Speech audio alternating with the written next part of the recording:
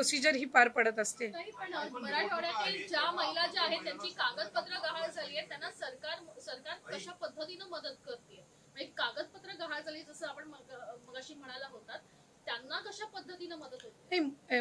एक तर आपण याआधी बघितलेलं आहे की ज्या वेळेला भूकंपाची असेल, अतिवृष्टी असेल, पुराची ज्या वेळेला परिस्थिती येत असते त्यावेळेला तिथल्या स्थानिक प्रशासन म्हणजे महसूल विभाग जो असतो तो या दाखल्यांच्या संदर्भामध्ये तिथं ते काम करत असतात। कारण तिथले जे मंडळ म्हणजे अगदी ग्राउंड लेवलला मंडल अधिकारी असतात, तलाठी असतात, यांच्याकडे पंचनाम्यांची नोंद झाल्यानंतर त्या पंचनाम्यांमध्ये तो डेटा येतो की त्यांचं काय काय त्याच्यामध्ये त्यांनी कागदपत्री कुठली गमावलेली आहेत किंवा काय काय नुकसान झालेलं आहे आणि त्यानुसार त्या कागदपत्रांची किंवा त्या दाखले असतील त्याची पुन्हा एकदा नव्याने बनवणं ही सगळी प्रक्रिया ही त्यानिमित्ताने होत असते।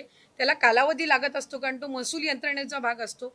म्हणून आम्ही ही मुदतवाढ दिलेली आहे कारण आता गेल्या महिन्यातच आपल्याकडे ही अतिवृष्टी आणि पूरची परिस्थिती झाली आणि मग त्या कालावधीमध्ये त्यांना साधारणपणे 2 ते 3 महिन्याचा कालावधी पुन्हा एकदा त्यांचं नव्याने आधार कार्ड बनवणं किंवा वोटिंग कार्ड बनवणं किंवा त्यांचे समजा त्यांचा जातीचा दाखला असेल किंवा इतर म्हणजे इन्कम सर्टिफिकेट असेल, या सगळ्या गोष्टींसाठी तो कालावधी जात असतो।